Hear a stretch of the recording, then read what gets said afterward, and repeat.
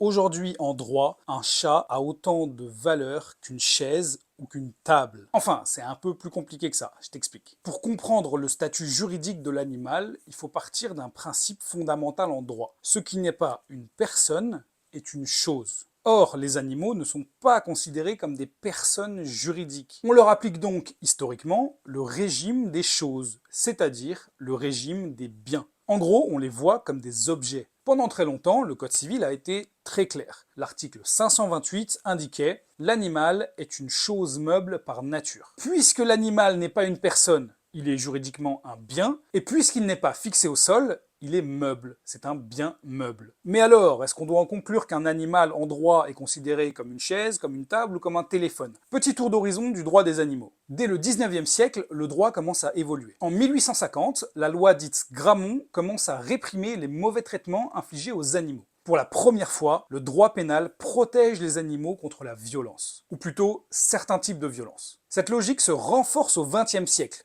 La loi du 10 juillet 1976 affirme que tout animal, en tant qu'être sensible, doit être placé par son propriétaire dans des conditions compatibles avec les impératifs biologiques de son espèce. C'est aujourd'hui l'article L214-1 du Code rural, mais c'est surtout la jurisprudence qui va faire bouger les lignes.